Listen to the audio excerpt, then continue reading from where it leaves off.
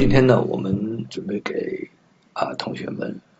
讲木质。我们经常把木质和这个碑墓碑北魏的木质和墓碑混淆。这个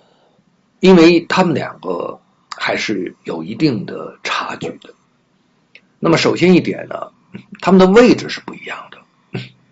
碑的位置通常是在地表立在这个地表面上头，而木质呢，大部分呢都是埋在土里的，通常呢可以放在墓道里，就是棺椁的旁边、棺椁的上面，甚至棺椁里面都可能。它两个是不太一样的。碑呢一般是毫无意义，是给大家看这个木质呢就是记录一些它的一些事情。木质里面呢，通常呢，文字也比较优美一些，抒情一些。这个而且呢，木质的，因为它小它的尺寸是比较小的，所以我们看到的时候呢，木质一般呢都是在半米见方上下。那么木质呢？通常因为它字小嘛，所以它写出之后它是相对的，相当于我们的寸楷，或者比寸楷还小。字一小起来的话呢，我们看起来就显得非常的精美、柔美，精致。那么刻工呢，相对来讲也是要好一些的。碑呢有好的。刻工好的，也有刻工一般一点的。北魏时期呢，有很多的碑我们现在讲的魏碑实际上它是一个很广泛的一个称谓，在这么大的一个这个碑的范畴里面，有相当多的是比较粗犷的。那么这是好像我们认为中碑的主流。它的粗犷呢，是我们认为是书写者本身他的风格，再加上这个碑本身在刻的过程中刻工它不是那么精良。大家想想，当碑非常常见的时候那么这个刻工的要求是非常的高，而且这么多碑它刻不过来，所以有些碑刻的呢就比较我们现在叫做粗制滥造。粗制滥造的结果恰恰是我们当代很多人特别喜欢的那种粗头乱幅。那么这种粗头乱幅实际上它最后这个碑落到了实处的时候，就是我们今天见到这个碑这个文字这个刻的这种效果，它是书写者和刻的人共同的结果。这刻的人呢，把书写的人作为一个书写的这个墨，他是拿朱砂书写作为一个蓝本，但是不是绝对的，他有的时候会刻出去，有时候刻不到。也就是说，在刻的过程中，有一部分的刻工不好的是这样情况。而木质里面因为它特别精、特别细、特别小，那你要再这么刻的话，那么这个就没法看整个就因为它太细太小，它的要求就比较精致。所以木质呢，它的精到程度、柔美程度、精美程度往往是超过碑。碑里有好的，但是碑里有那些粗犷的多一点，尤其是北魏时期。那么木质里面呢，精细的很有韵致的稍微多一点。那么粗犷的有，但是相对的少，所以这是两个不一样。另外大小有差别，大家仔细想一想，这个大个的字，比如说这个字要这么大的话，1尺见方大家想那个毛笔它再大，它就有限度，它不是那个毛可以无限度长，而且无限度有弹性，然后写多大的字都像写这个小字一样去把它放大型，不是的。写大字之后，这个笔号要铺合，整个要做很大的动作。那么做这个动作的时候，它在使力量，使力量的时候，它形成这个字，它就是我们今天叫的磅数，和我们写这个小字，它就不是一个概念了。那么写小字，或者是乃至于寸楷以下的字，我们都会用毛笔的前面1/4、1/5的地方去打开来写。毛笔的毛常见的毛，大家见到的那么长短它是有一定限度，在这个限度内又使它尖那部分，所以它运用比较自如就能写出非常精美的部分精致非常的这个精的东西。那么如果写大了的话，它就是气魄的。大的字看着气魄，你不能拿那个精美的细节去衡量，你把它大字一缩小，肥肥满满你把小字一放大，哇，松松散散所以大字和小字是不可能完全以它的粗细的比例去放大和缩小的。那么今天我们选了一个碑，这个碑呢，我们看它是拓本它拓写像是个碑，实际上它的真实的名字、准确的名字是个墓志。这墓志谁的墓志呢？叫元彬元彬呢就姓元的这个家族在那个时期是一个很大家族，很多的贵族都姓元，所以元彬元昶元的。为什么选这个元彬的墓志？这是我自己曾经选过而且练习过的一个墓志。在北魏的墓志专门有一个出版物他出版了100份墓志，100份，每10个它都是元大的的拓片，把它印刷出来，然后又把它叠起来一个信封是10个，一共有10个信封，然后把它再用外面再做一个这个外包的一个硬纸壳就像我们古代那个包线装书似的，再把它包起来。我记得这个大概是我20几年到30年前买到的，现在呢我还在用，我也曾经把它随身携带着，然后把它打开来，或者是那个时候刚刚有放大的时候把它放大了，贴到墙上去看。为什么选这个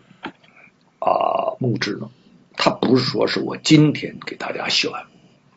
这个墓志，是我过去在所有的墓志里边我就已经选择了这个墓志。这个墓志有几个特点。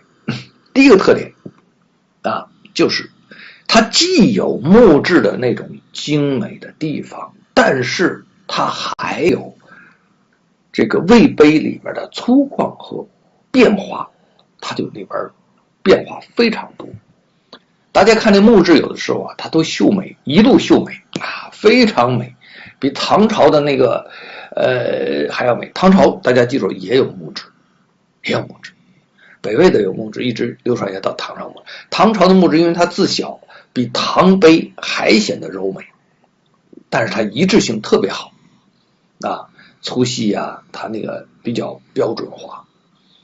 很美。艺术水平呢不这么高，但是在初学者或者是不懂书法人看起来非常的柔美，看着非常好。那么元彬的这个墓志既有那种一部分那种柔美的感觉和精致感觉，第二它有一些粗犷的地方，它中间有些字我们一看它一定是魏碑的感觉的就是那种碑的感觉，它有这碑的感觉。那么另外呢，它还有一些呢这个字形的随机变化，它不是这么像馆阁似的这么一笔一笔一笔那么认真写，它有时候会出现一些随机的变化说明这个书写者是有一定的艺术的细胞、艺术的这种训练的，而不是很简单的一个书写者。所以我觉得这几条吧，当时我学习的时候，在这100份里面，我挑出这1份来，先学啊。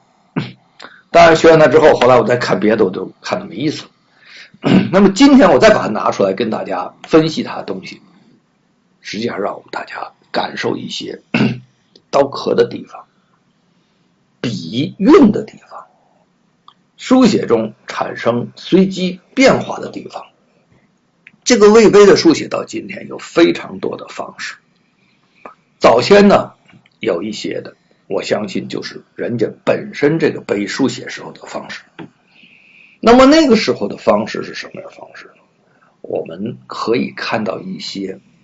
那个时候的碑，他只拿朱砂书写了，但是没来得及刻就下当了，不知道是找不着刻工啊，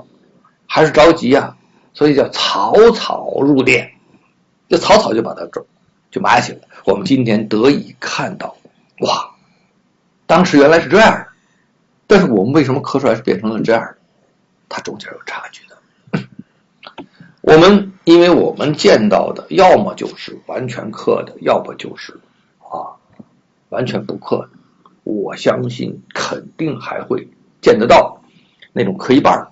那最有研究价值就是它原来字什么样，等它刻完之后又是什么样。所以这刻一半这种效果，我们也希望能够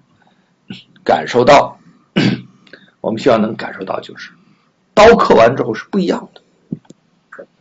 我们现在也能见到一些贴里边刻完的不一样，那都是很好很好的刻工了。那么比如说这个淳化葛贴，我们简称葛贴，还有一些字帖里面我们见到王羲之的手札，但是同样我们今天又见到了王羲之的这个唐朝的时候他的勾填本，就是摹本，就是勾填本。勾填本相对来讲它是拿笔勾出来的，一下就成型了。而拓本是什么呢？第一，它要把字磨到石头，当然葛贴不是石头，而是枣木，所以因为葛贴是枣木嘛，所以它的次数多之后，这究竟是木头水就把它泡坏了。泡坏之后呢，后来有人又拿它又去重新再上石，再把刻到石头上，然后再印这石本和这个木本就不一样的效果，它刻在木头上的感觉和刻在石头上的感觉不一样。那么这个木本的这个葛贴刻得这么精细你想木头的纹是非常细的纹理，刻起来又稍微好刻一点，所以它刻的是木头上的这个葛贴的拓本。它木头刻完之后就失真了，它不是，它第一先那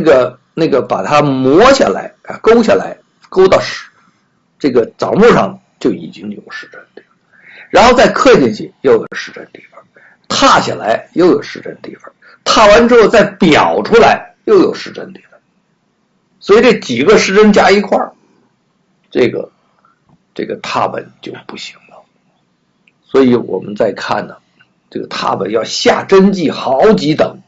而勾填本也就是我们讲的这种摹本就下真迹只一等，就非常接近再把墨填上的感觉。我们可以看到有一本书，现在书叫做《王羲之书法全集》，这本书里面他就会把这种王羲之的在过去我们见得到的精良的拓本和王羲之的墨迹的勾填本或者叫做摹本放在一起，也就是说下真迹多少等的一个和下真迹一等的放在一起，我们一看大惊失色的差距非常之大。所以我们也可以想象冯承素摹的兰亭，他叫实际上冯承素他写的兰亭和原兰亭之间还是有距离的，他不如像比如说这个王羲之的一些帖太多了完这些帖呢，就是什么出月帖了什么韩切帖了，这些帖，这些摹本啊，要相对更接近于真迹一些。为什么讲这些呢？就是我们见到这个石刻的刻本啊，就像我们这个元标的这个木质，还有乃至于所有的石刻都有失真之处啊。但是我们现在拿不到墨迹的情况下，我们能看到也很好。在这个宋朝的时候，我们还依然能看到这个颜真卿的正座位的真迹啊，据记载像什么黄庭坚的、什么苏东坡呀、什么可能弥府他们都看过。但是后来，尤其是我们近现代，我们已经见不到这个颜真卿的多宝我们已经见不到了颜真卿正座位的原迹了，非常遗憾啊！因为正座位呢，在宋朝的时候啊，大家奉为至宝，都是争先传送啊，确实很好，而且因为宋朝受唐朝的影响非常大，但是宋朝的时候非常比较佩服和就是比较钦佩或者是比较仰慕的一个其中一个作品就是颜真卿的正座位。那么颜真卿的正座位后来变成了课本，我们看他的课本，我感觉他的墨迹本应该更精彩，但是课本已经很好了。那么这个元标的这个木质，我们慢慢的就去体会。体会的时候呢，因为它木质非常小啊，元大这个字呢，也就是不到2个厘米的样子，见方，很小。我们寸楷大概也得4、5厘米见方，它的字非常小。那么刻起来之后呢，我觉得刻工就算是可以的，但是好像不是一个人刻的似的，它有些地方显得很好，有些地方显得不太好。像这么小的字，我们拿着毛笔啪一下子就能把它完成。别说这么小，再大，我们说不超过一个拳头，我们基本拿毛笔一下笔哗就完成，甚至都能写出一些比较方棱的笔触。大家知道有一个清朝末年有个著名的书法家叫沈曾直，他有时候写出来那个笔触就往上一顶啊，这笔就是方的，然后顺着笔往下一顶，底下又方啊，这是一种写法。我尝试用这种感受去写了一些关于这个元标的这个木质，我一直就是用这种方式去写的，而没有用很多人用的那种我们魏碑的新创的一些笔法去写。但是我非常理解这种笔法。那么举个例子，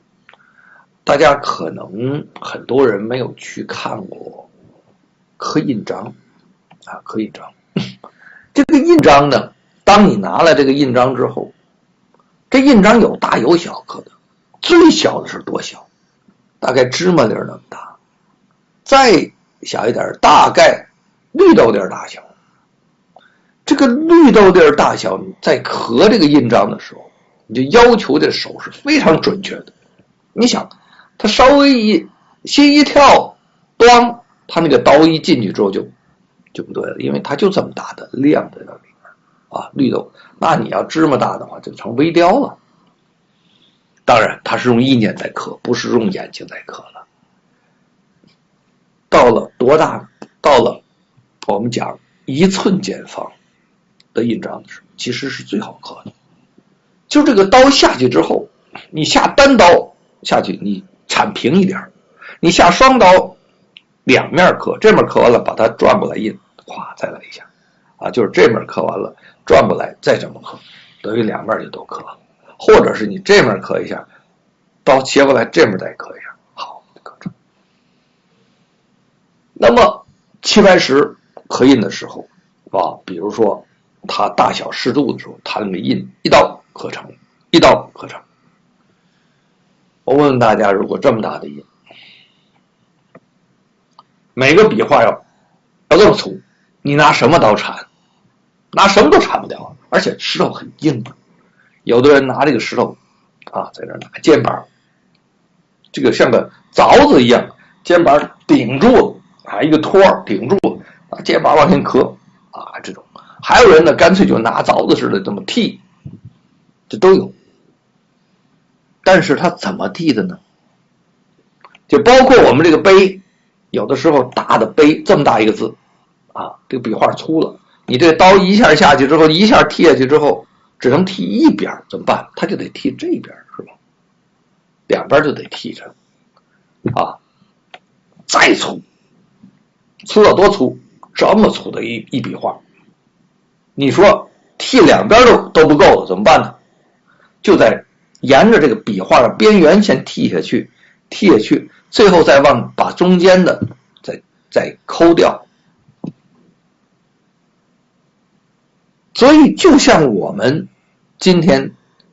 写魏碑一样，这个魏碑如果写多大字呢？写我们毛笔一下去就起来，就能够做到的话，那写法跟唐楷区别不大。但是如果要把魏碑写成一个桌子这么大字的时候，你要想这么铺开来的话，还能显示出魏碑的边缘的话，你就把笔就得按照边缘去做一下子，然后再铺开来把中间填死，就像我们刻这个碑或者是我们刻那个大印章一样，所以有这个可能性。因为我写大字的时候没有用魏碑方法去写过这种大字，我只是用楷书加了一部分魏碑的感觉，所以呢我还是用楷书的写法去做，但是我也能写出来一些接近魏碑效果的东西。那么我就有一个视频，有一段视频，大概半小时左右，就是给同学们演示一下这些碑是怎么写出来的，尤其是字小的碑。我们很少见字大的碑，我们一个拳头大的碑就是郑文公碑是这么大的，再大就变成摩崖了。这摩崖是不一样的东西。我的老师王玉仲先生就是把摩崖很多的感受融入到他的书法里来，就像万岁枯藤一样的感觉啊。他有的时候会笔触没有那么粗壮，但是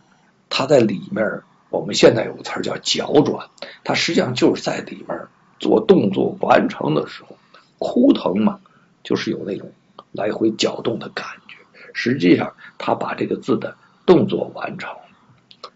那就像黄庭坚一样，黄庭坚动作完成，他是靠起伏之间完成的啊，他不是，他是靠在纸里头捻动，拿长锋笔捻动完成的。那么到后来，你包括林散之都是在这种状态下完成的。那么就像这种样的写法这种我们当代急需要写成大个儿，我们过去用不着写那么大。那么现在一到展厅里面，你写多大都不叫大，你写这面墙写一个字，也没有人说你太大了，没有。尤其是在展厅里面，你看巨大的展厅里顶天立地去写现在是经常会有人能写，你有多大想法就写多大字会有。那么这种写法就创造出来的一些其他的笔法，那么这是大家衍生出来的，想象出来的，然后去实践验证它但是我讲呢，就是古代人在写魏碑的时候，他没有那么大字的时候，他就不是这样。所以我们看字大，哪些字大？石门铭大郑文公大，但是你看它的边缘它不清楚的，它没法清楚。所以康有为学他们写出大字来，他对大字里面没有边缘的。赵之谦也写，但是赵之谦就用了一种方式，就是把它笔切住，摊开铺去，最后收的时候再切回来，这赵之谦的写法。所以赵之谦他把这种开始运用这种写法去把碑的感觉写出来，实际上他的碑的笔画更像一些木质好多东西。因为什么呢？木质里的笔画这种均衡感这种协调感，平行线还是比较多的，它显得比较柔美、平稳平正它是有一种和谐度很高。碑里头呢有很多呢就是很突兀的东西就出现了。这种突兀呢也有一些是书写者本人产生的，就本人在书写过程中产生，还有一部分是在刻的过程中出现的。那么我们现在呢就是在谈完这两种笔法，一种什么笔法，就是写小一点字的笔法，不管是魏碑还是楷书。还有一种写大一点的字的时候，它魏碑和楷书就有区别了，就不一样就有很大差别了。那么因为写大了之后，我们现代人就强调了这个碑中的这种碑的刀刻斧凿般的这种断面，这种截面，用笔表现出来的时候，我们就产生出来了新的一些笔法。那么这种笔法呢也在慢慢的广泛的这种在演传之中。那么我们今天就不讲这个，我们讲的是什么呢？就讲的是小一点的字怎么把它写出来。这个30多分钟的这个录像就是讲这些东西。那么现在呢我们想跟同学们分析一下这些很有意思的东西，就是在这个元彬的这个墓志里面出现一些很有意思的地方。先说一些呢就是刀刻的地方还有一些这个笔触的地方，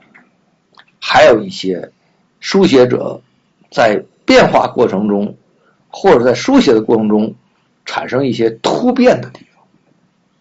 我们来看一看，我们拿逐篇的来可以分析一下这是在整个的一个墓志，我们把它给截成了不同地方，不是一条条截下来的，它周边都有关系的我们来看这个里面就很有意思。很有意思什么呢？你看这个字里面，这是个持节这个字里面，那么这个字它整个的笔画显得比较厚实，立体感强。这个呢就显得稍微平一点，那么感觉在这种连接，你看这样平一点，这样平一点，是吧？然后在这种感觉里面，我们就会发现它这个刀刻去之后这个刀就立一点，这个刀就扁一点。那么很明显的一些地方，包括这个角包括这个角，这种带棱角的地方我们再看底下这部分呢，还有这个竖这个粗细都非常均匀的这种感觉这个撇就不一样了，撇挺明显的是毛笔写出来的感觉。那这一竖就变成了什么？就变成了一种刻的感觉了。这就是念恭这个恭敬的恭，恭敬恭，你看这一拿出去之后，你看它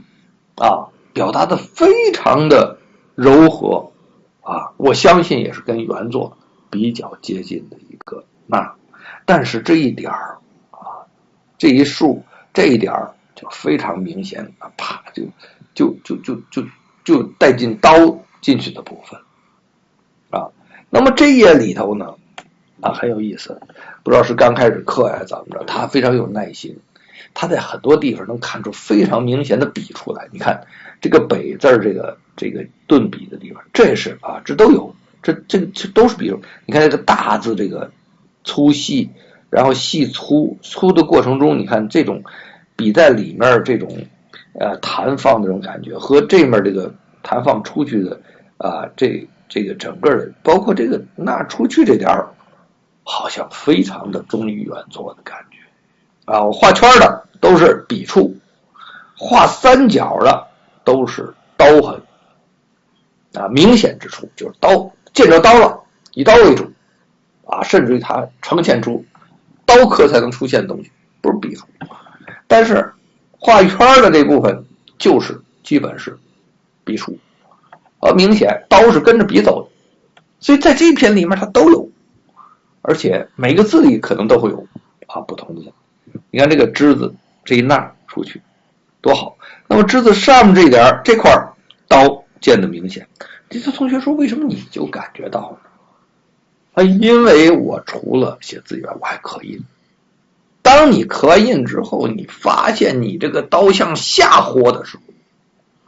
然后豁过去之后，就是我们讲刀也有中锋，就是刀挺在这儿开出去，然后两边都有崩茬的那种，是吧？和你刀偏一边哗开出去，这边崩这面是直，这面是这个光的，好，你回头在这面再来一刀，完了崩的都没有了，就光剩两边光茬了，这就是明显刻的感觉。明显这种两边错刀这种刻的话，非常容易把这笔画最后刻成一个扁片片比较薄。那么中间豁，两边再稍微修，留一些这个边的这种感觉它就不一样了。它最后刻完之后的感觉就显得有点立体的感觉。那么如果你在刻的之中，你脑子里有感觉，你在刻不是这么噗，你知道在什么地方有你脑子里对这个笔画的感觉的时候，你看这里面鼓荡就开始出现了。所以刻印章有些你看都很简单，拿刀噗一下子，噗一下之间它有动作，毛笔一样写这笔字，你看它歘这么一下，实际上它里面提案之中有很多的巧妙地方这巧妙动作它不是想，它就是我就是这种样的感觉就这样一个感觉，这东西就这样一样给你表现出来。所以师傅法中最后都是在表现我们这种感觉那么他这个元彬这个木质你看就从这个来讲它是有区别的。而且我们再来看这个这我就在一起讲了，把三种状态一起讲了。一个呢就是刀刻的状态，一个呢是这个叫做笔触的状态，一个就是随机变化之间的状态。我们来看一看这个乙字，这乙字就非常明显的刀刻状态。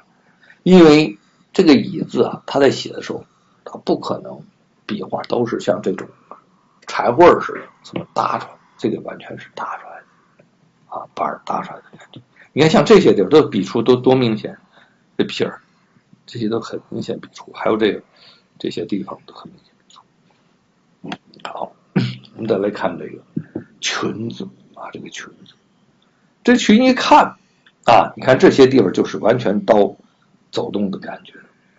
就根据它原来的那种感觉走动，但是它都接不上这是一笔，这是一笔，这是一笔，那么刻的。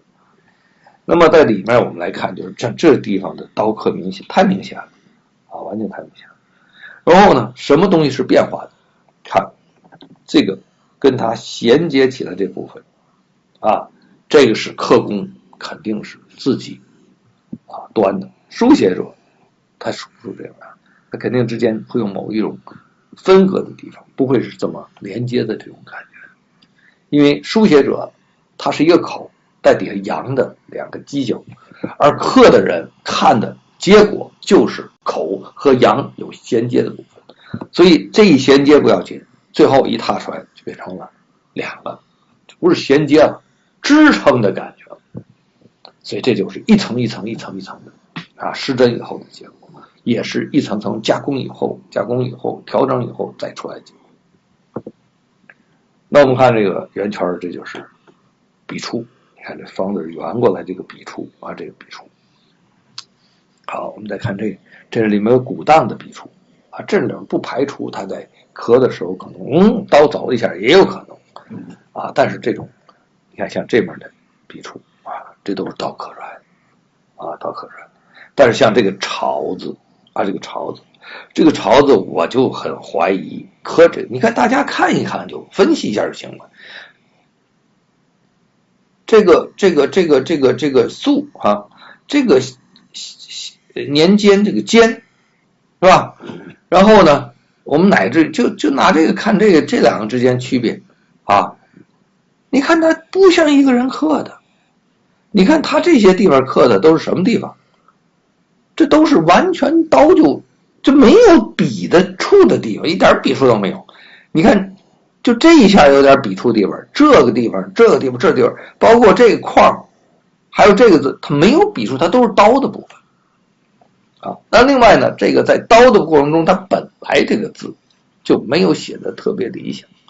这就是说我这个画这个方块的意思，就是说这个字啊，它出现了突变，然后再加上壳里面再胡来，你看这个完全就不对了。所以这个字像这种字就没有太多这种美的那种象征，它没有形成美的那个概念，它等于说破坏了过去原有的一个状态。那这没办法啊！当时那个我们祖先，我们这碑出现的时候，它已经就破掉了。那么同时还有另外一个字是这个字，这字也刻跑了啊，这是碎字刻跑了。这个字感觉呢，就是当时刻的不好，最后呢往粗里面给它加了一遍，就这种感觉啊，就是没刻好的感觉啊。这个里面也有一部分比较尖的地方，也是当时刻。你看像这笔触多明显，这都是笔触啊，这都是笔触啊，所以它间接着来。所以我就高度怀疑这不是一个人刻。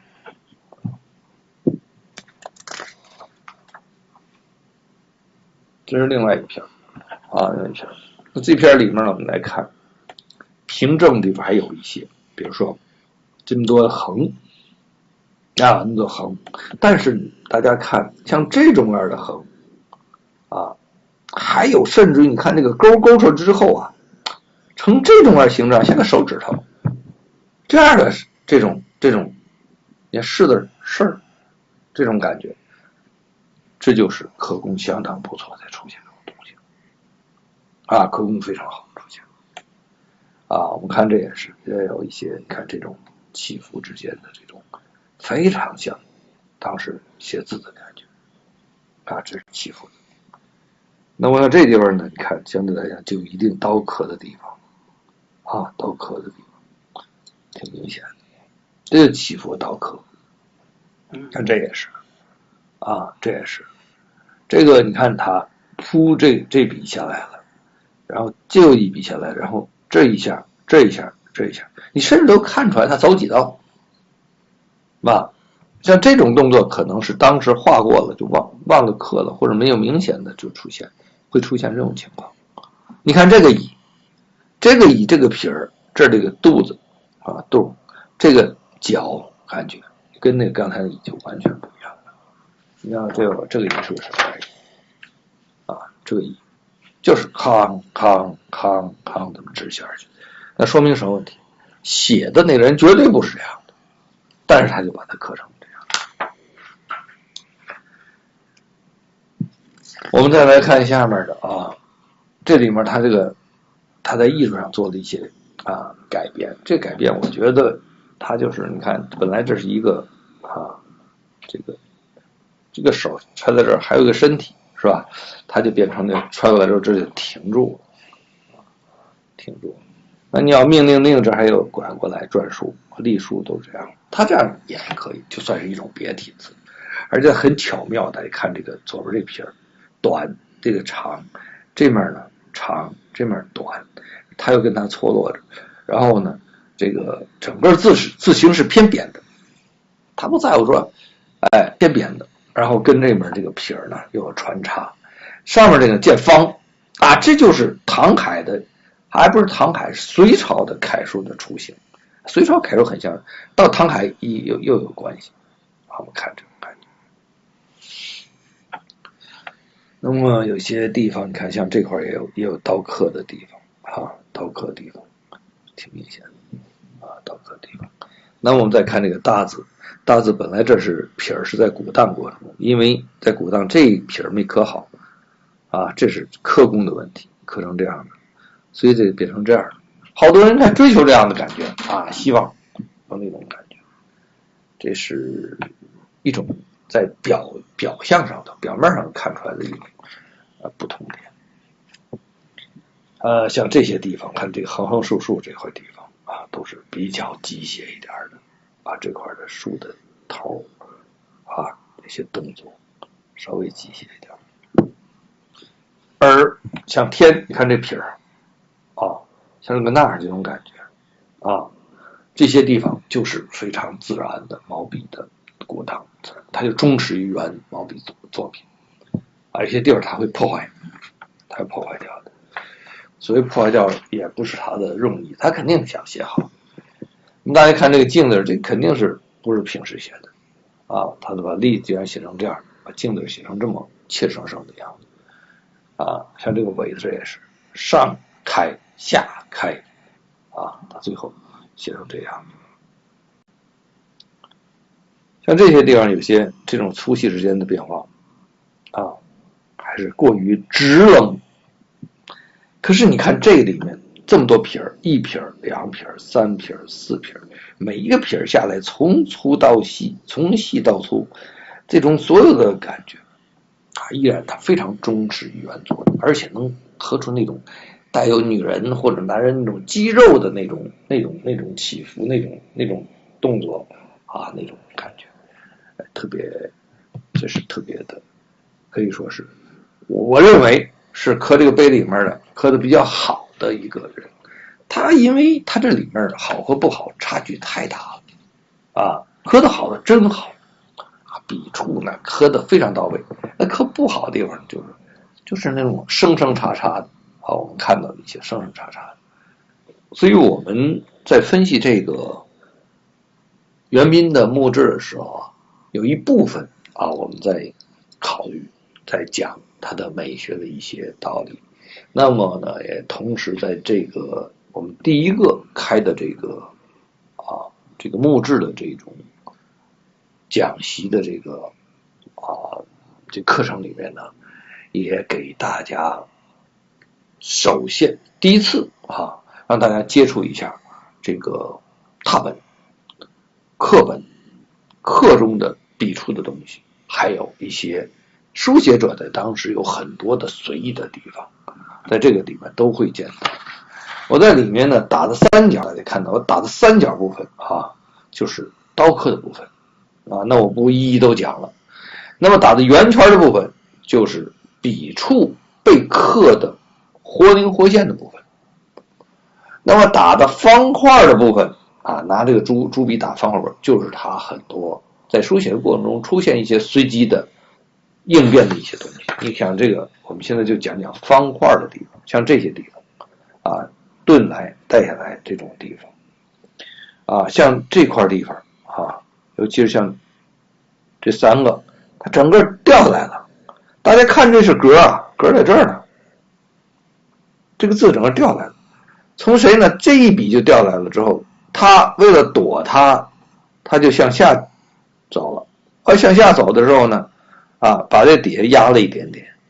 压了一点点的时候，他这个又向下走一点，要把它压下来。他一压，他压多了，压多了之后，等到这个陈字的话，就跑到这儿来。虽然这是一个这一行到这就结束了。那么你看，大家看这个陈字，它跟右侧它互相之间就有衔接的关系了那么所以关系就是这个走的是横，这个走的是纵向。这个在写的时候，我们大家想一想他在向下这一个字一个字写的时候，这个悔字已经把这个形体都拉开的挺大的一个，被这个方给打开来了。那么把拳呢在底下跟的时候呢也不正了，这个堂呢就完全就压瘪了，勇呢就压趴下了就这么一下一下砸下来的。那么这面呢它就会跟右侧有呼应呼应这都不太重要，就是这3横的话突然间就出现了像这个几撇的效果，一下就扑来了这一扑来不要紧的话，这字可就变化了它就底下这块就变成了非常的这个猥琐非常的这种让人看着非常的不舒服。等到压在沉的时候这个时候它起笔还能起到这里但是跟这个堂它就形成了一种对比的一个感觉。那么笔触来讲也都比较切生生一些。不像这面写的这么笃定。那么这后面也有一些，比如说像这种样的笔触变化。这个笔触变化呢，我们看这方面，这是有刀刻的地方明显。看这些地方呢，它有随机应变的地方随机应变的地方就是说，它这个一撇两撇的感觉了出来这种笔触。那么还有就是这种，它没有向上压动，它就往下拉，向下拉之后呢，这个松就压扁，然后向上提这种感觉，这就是都是一些应变的一些东西出现了。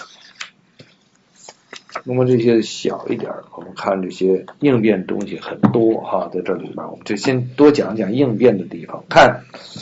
这个字在右侧这个地方整个这个切，右侧这个切字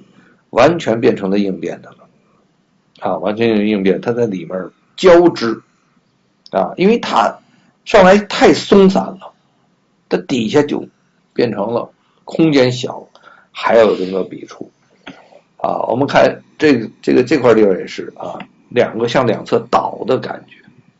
这个微字也是，微字呢，它中间没有写的很长的情况下，那么右侧要跟它一起向横向走的时候，就显得非常的拘束在这里了这是它的感觉。你看和这面的这种排列有序形成了挺鲜明的对比了。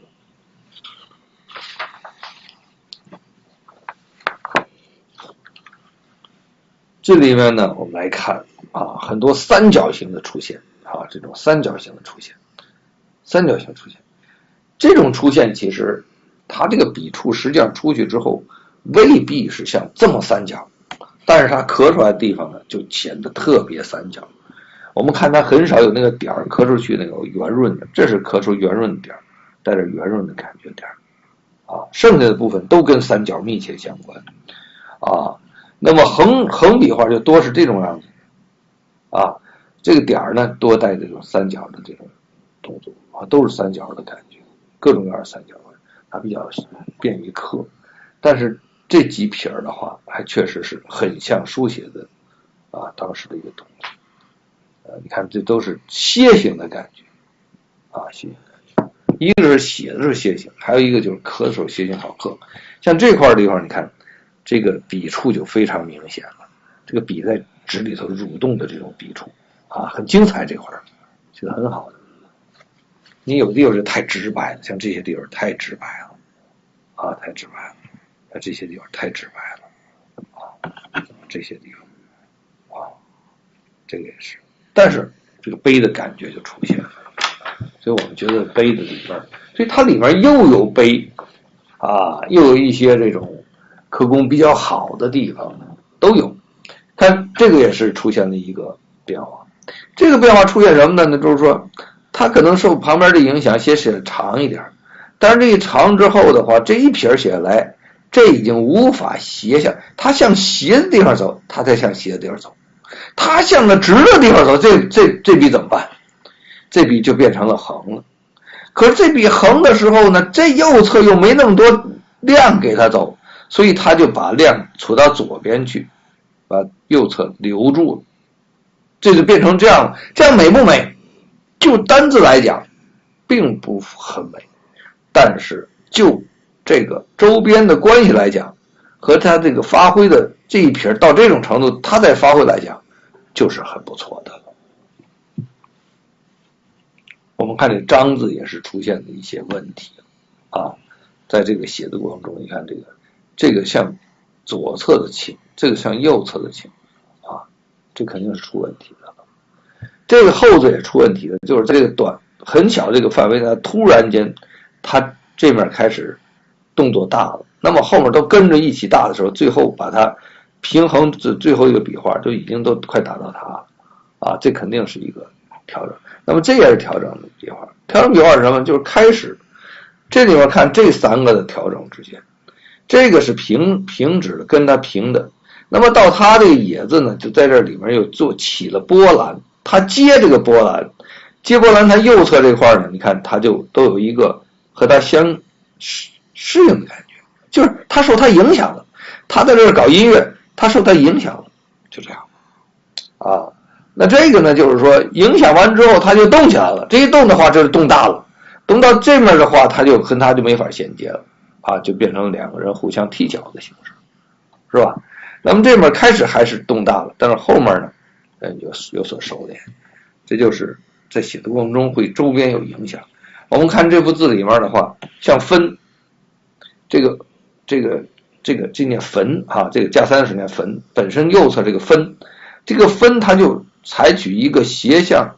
两边斜上一个支撑的一个感觉，能占了好大空间。你说这个字哪占那么空间？它一占空间之后，把它给引带起来了，它也占了空间，所以它互相有影响的，啊，大家看这个史和这个史就完全不一样了。这史是标准状态，这个史呢就是应激状态，啊，所以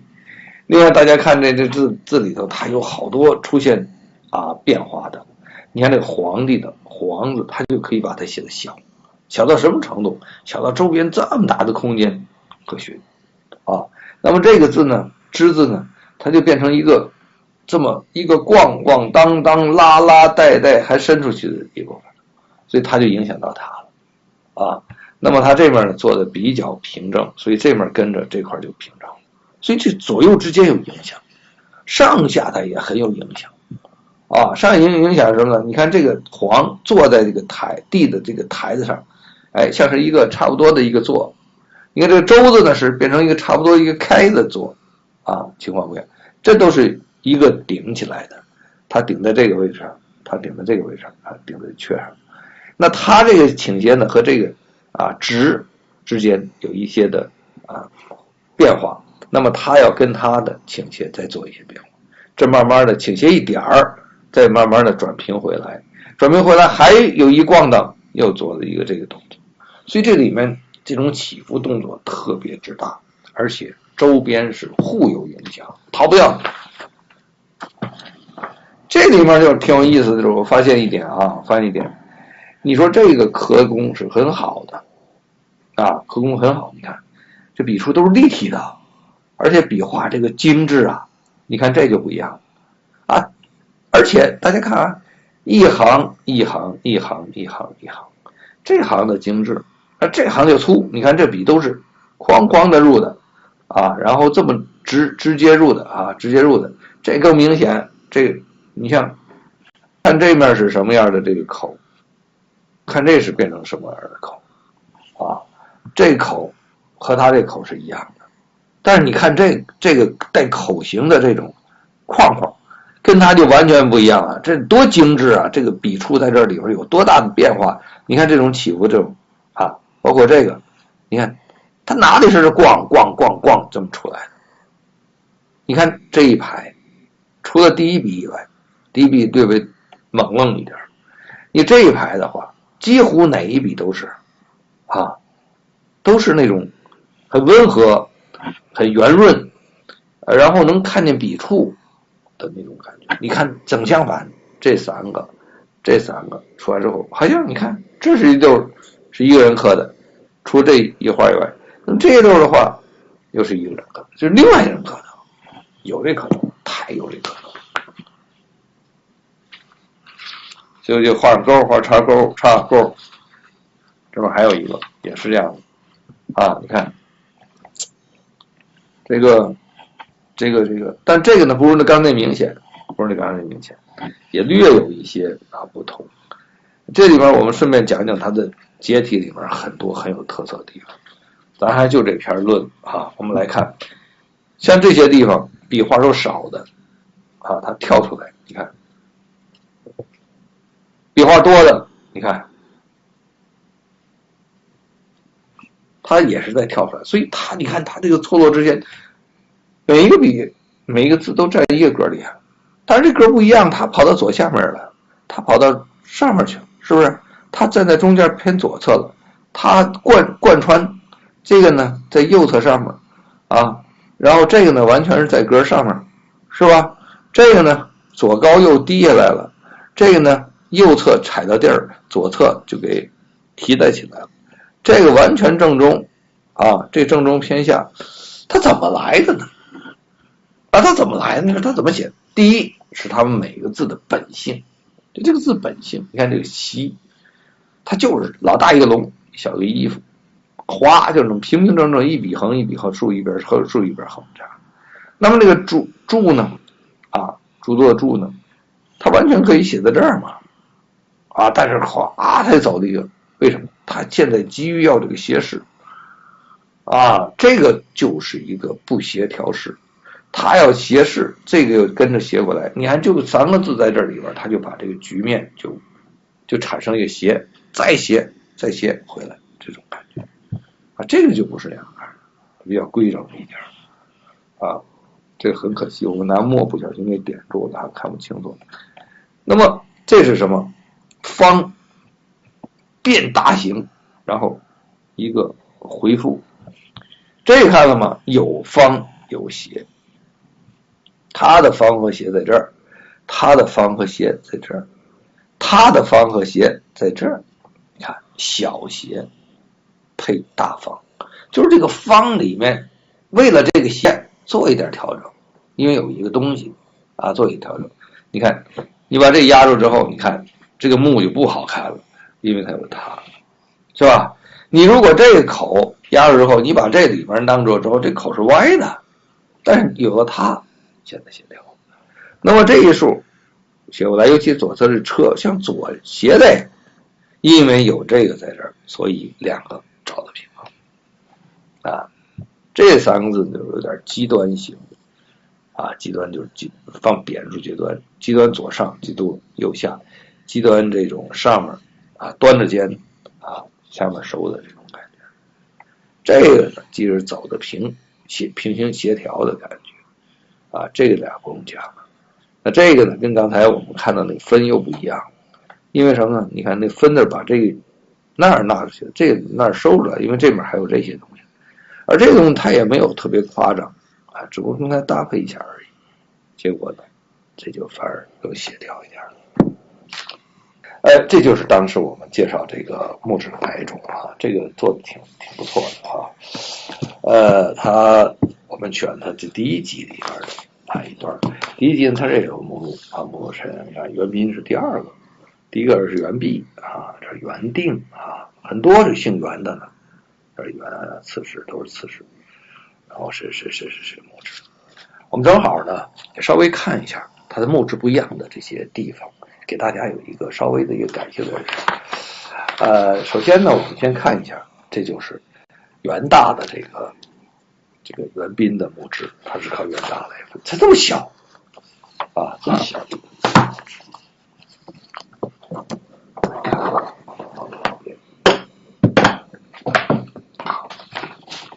个木质啊，那木质呢，我们看就是这么大小啊，不是这么直啊，看这是木质。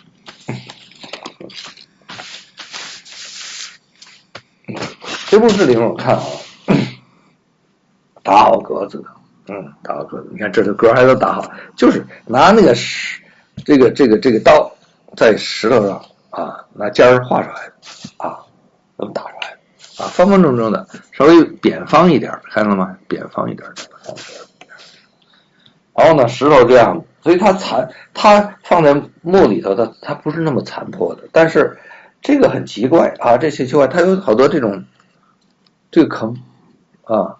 这坑很像什么呢？这个是肯定是破掉了，然后改的东西啊，所以它这个生硬给改的，这也是有这个点儿的啊。大家知道玉板13行，玉板13行它是个玉的，不大一个玉板，它是块板刻到玉板上的，而王献之的一个这个写的一个小楷，这个玉板呢就掉到了江里去，这个在江上啊，有很多人就是当时称的那个叫什么？叫篙啊。称这个篙的时候呢，这篙头上是一个铁尖儿，一个尖儿怎么啪撑住了，然后往前走，撑住了往前啊，这个竹竿老长的往下一走，它这个掉到水里之后啊，就被这个竿啊就扎上了，而且它是玉的嘛，还梆一扎。它就啪就崩掉了，然后剩那个高杵上去，然后崩掉那部分。所以那个玉板13行啊，上面看特别明显的那种那个痕迹。这个我不知道为什么我没去考据。你看它也是那么几个点这个几个点必然有它的一个道理的要不然它不会出这个东西而且这个东西根本不是这个，我们看别的墓志里没这些东西那么在刻的过程中呢，我们来看不是特别的均匀的，有的它笔画比较细一点比较细一点，所以粗细这种反差还是蛮大的。我们看的你想这都得放大多少倍了这是都放大到3倍5倍以上是吧？大概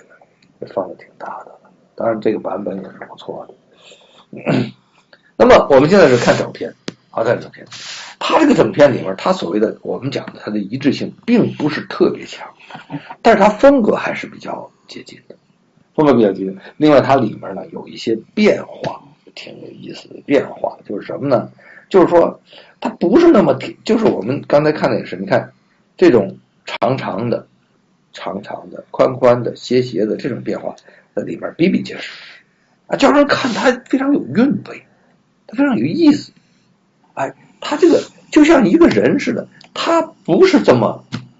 都是像战队似的这么样待着。他有时候他撑一下，就像那个狮子狮子。我们看那个有一次看那个抖音是哪里狮子一队战队都这样往这边走，都是这样姿势，很吓人的就跟那德国人冲锋似的然后那个都是站在一条一条的冲锋队形。有的队形呢，像国民党打仗，他不是这样的，美国人也不是这样，在上一片就往上冲，还是队友冲。他这个呢，就是说他很有姿态，姿态从哪里来的呢？它是从每一个字本身来的，和每个字出现的变化中来的。它有一些变化根本你想象不到的变化，所以挺有意思。我觉得呢，有的人他就根据他那个变的那个不正常的形，就是偶尔突变形，按照这种突变形去完成，挺吸引人。但是一幅作品里边，一幅这种书法作品里边，如果都是这种变形，都是这种造型，不好看。他有的就比较正统一点，有比较做造型。我们经常看那个民国时期一些最早有摄影的时候，一些名人在一起站着这个什么萧伯纳啦，当然我们像是什么这个吴长硕那个时期，比如西岭印社这些老社员们，有的在那坐着有的那个站那站着是吧？偶尔的就有几个很奇怪这样都有，挺有意思那种照片，就像这种样的感觉是它会出现这种不一样的这种姿态在里面，在一幅作品里面它出现这种特别有意思，就让我们感觉到看起来之后特别有意思。但是我们不一定非得学那样我们是什么样就什么样，但是经常会出现什么呢？在你心里头没有放着说我只准这样子，我绝对不能不跪的情况下，你会在某种程度上突然间做一把怪，恰恰是那里边非常有神采的地方。所以好多古代人他写这个时候，他没有想到那地方我诚心来个什么东西，他只不过有些时候习惯我习惯来点什么样的不一样的东西。他随着写的过程中，他随着周边的情况内容和他突然间他无意识的出现了什么跟以前不一样的时候，他后面跟他去搭配去协调的时候，所以他整个过程是个协调的过程。他碰到很端正的时候，他可能要通过一些其他的感觉去协调它。内容在哪里储存着？在那个字形里储存着，但是不能让字形代替了内容去代表它的形状，去改变整体，要用内容去激发出来的字形，以至于它产生的变化去带动的时候，这两个是不一样的。你用外形去带动它去走动的时候，那么这种是被动的，而且被动的不说，他在走动过程中的满脑子想的是外形，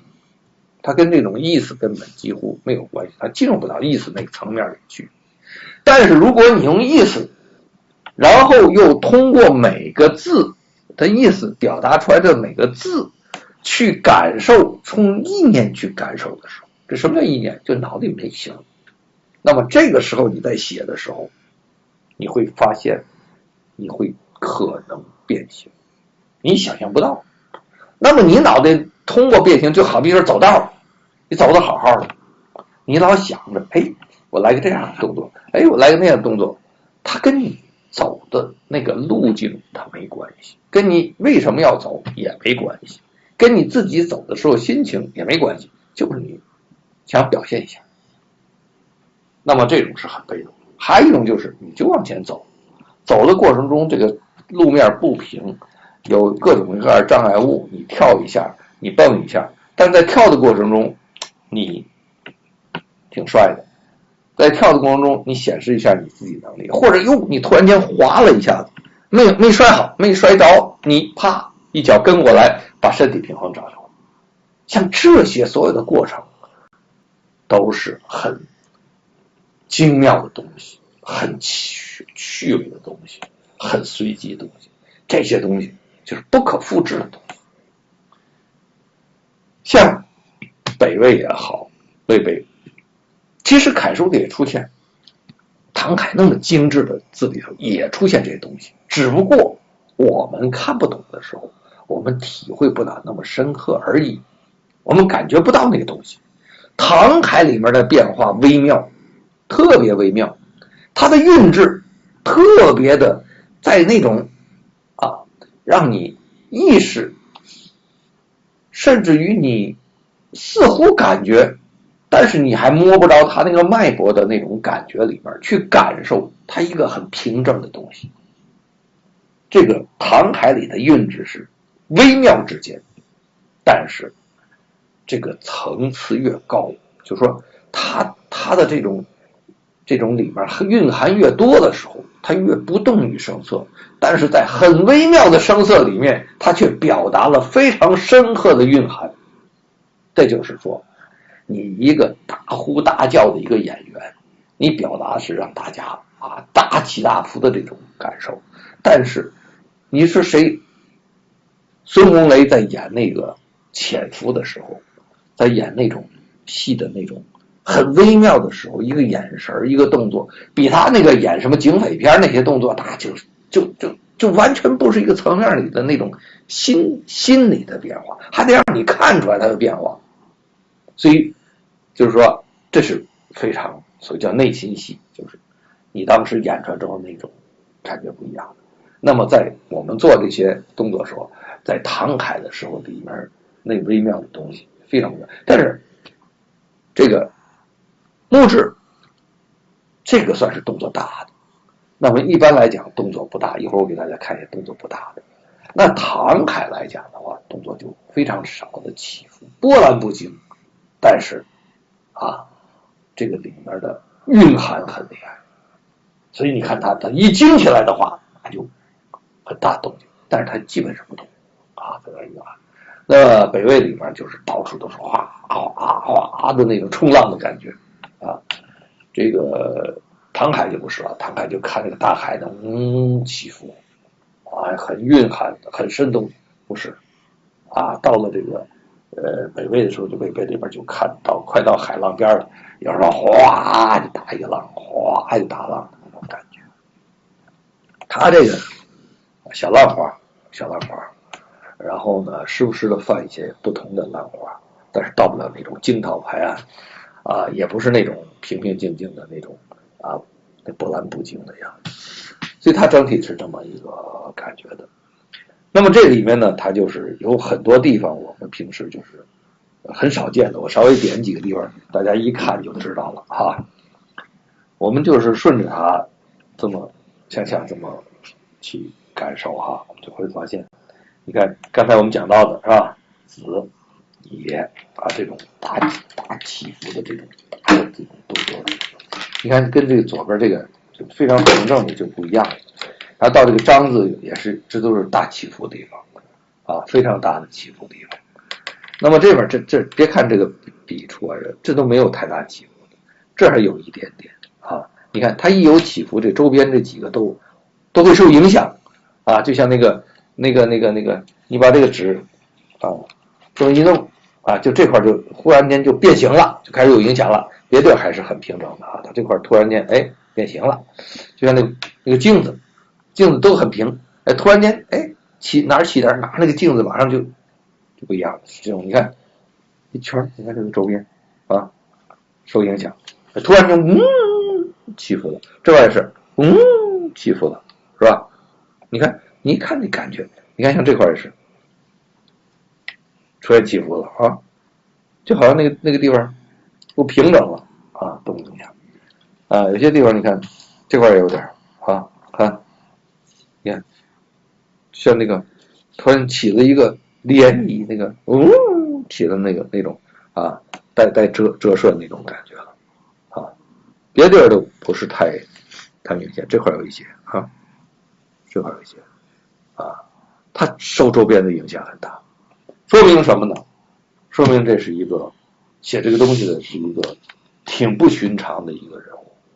啊，挺不寻常的一个人物。别的地方呢，你看他们在恣意发挥的时候啊，他们确实是像这篇里面，你看像这个发挥跑出来的地方啊，发挥的地方，我们再看看上面啊，这个你看这个西字能写出那么小，但是在里面它西字小没错啊，它容也小啊，它这个旁边这块地方，这个用的这个地方，它这个西呢又比它大一点儿，所以这几个都是一些呼应的点啊，让它这个西在这里边一点不显小。你看整个一看的话，一点不显小，所以它这个周边有好多的这种白啊不白的空间可以给它发展。你看它这个字写那么大，也不显得挤。为什么？它大了之后，它就会让它自然会让它的啊。它底下是个之字，好让它啊。那么这个月字呢，本来就是向下了一点点，甩出上面一个大空档来，就等于说这个书，这个密，这个让，它跟它不得不要接触一些，因为它本来就向这边跑，它又这么大，但是它不跟它对立。它是像这边躲的样子，你看这个样子大家说怎么产生出来？你写到那儿的时候，这边有东西，你不往这边挪一点，你写到这儿的时候，你脑子里知道下一个是什么字啊？你这都得念下来，你不是说就写一个字一个字往外蹦着在那儿写，那是写不出来的。所以它这里边它蕴含特别多，有放，有收，大小之间啊，然后这种混不吝的时候，和这种特别规整，它这相差不是多远，看见了？就在周边这地方，它都可以融合在一体里边，还让它非常的舒服啊，显得它这里面，你看这里边能散到这种程度，这上面这两个就收到这种程度，看，而且非常那种规整的收啊。旁边也是这样的，你看这都是非常规整的地方，都在不远的地方啊稳啊，但是这上面你看这就开始有大动荡的地方啊，它是永远是在这里边，就像那海水似的，嗡起来了，然后嗡就平了，起来了这种啊。我们看这种字，我不会看它哪一笔写的好了，或者哪个字的结构好，不是。它已经完全融合在这个整篇的作品里，而且我们再仔细看的时候，这是一个整篇，它是这么写来的。它这第一行写来之后，第二行肯定是跟它搭配的，但是左侧就不一定搭配，因为左边还没有呢，啊，所以这么搭配的，这么一来，你看所有的东西都跟这边搭配，还有上下之间前后左右，而且它的随意。我觉得有些地方的刻的地方也有一些刻工啊，就刻跑掉的地方，就是它那个很恣意地方。但是形状这个不会跑啊，这个要跑的话，你想想，它也刻不出这个样子。但是你看它就写出这样，这块也是一个小变形的一个地方，小变形的地方。再有呢，就是说它的笔触的粗细的变化和尤其是它出现的一些棱角之处，我认为别说这么小的字，我写成4个这么大，就是相当于2倍，这4是2倍，我写成这个3倍这么大，写这么大啊！我给大家示范都是写这么大字，我都能拿一笔把它铺开来，一笔把它写下来，没有笔画。但是你把这个东西要写成这么大的字儿，你告诉我这个笔怎么铺啊？它这个笔也就到这儿了，它铺不开来怎么办？所以就用了一些这种动作，再把它铺开来，然后再做一些边来的动作，就好像是你拿刀先把边儿磕下来，这样可以填墨的感觉是，就变成这么一个书写方式。那么这种书写方式也得运用娴熟的，他才能去安排这个结构的变化和结构变化中的变化啊，这个还是另外一个我们现在等于说一个很新的东西。古代他不写那么大字的魏碑，或者他根本写的时候不是写魏碑，最后给刻出这个东西来了，都有可能。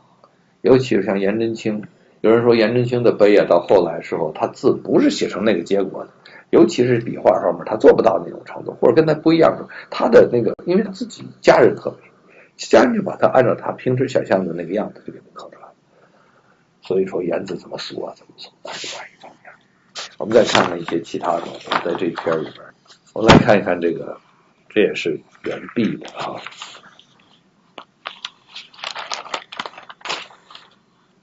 你看这个规整程度，几乎没有什么既没有出彩的地方，也没有出格的地方，就这么规规矩矩，而且字句之间啊平稳程度啊，这有点像张鹤儒啊那种感觉的，有一点点像啊，就这种感觉，是吧？我们看跟刚才那个显得就韵味就不足，它蕴含温润啊。我们再看一下其他的东西，哎，这个是很有代表性的，这是木质里面非常有代表性的一个啊，就是扁但是柔美，哎，这个很有名的，很明显的啊，都是这种柔美啊，非常秀美。然后呢，里面变化不很大啊，大，好多女孩子爱写这样的感觉啊，当然也有一些仿笔出来，但是总的是这种很柔美的这种感觉啊。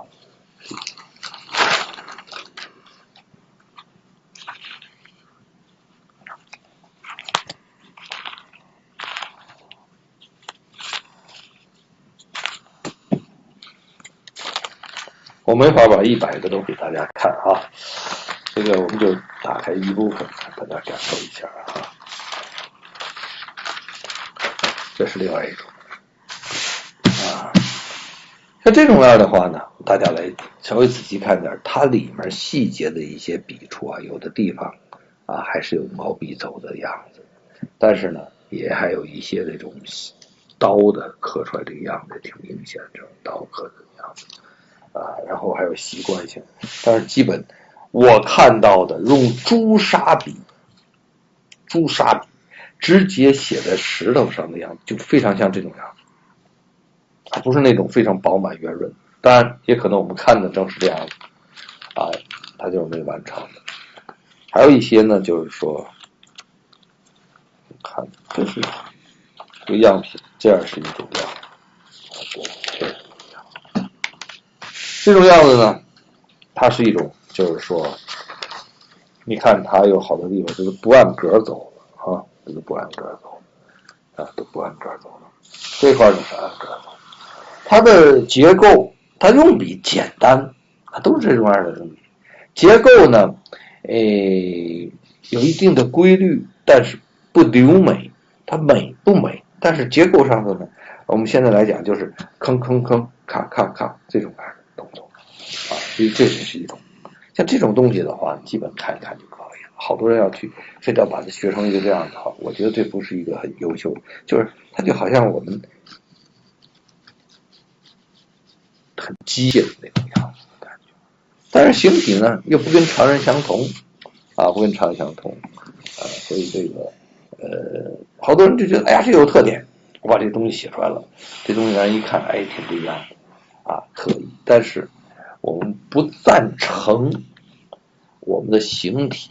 要完全根据古人的这个东西产生，这是硬笔字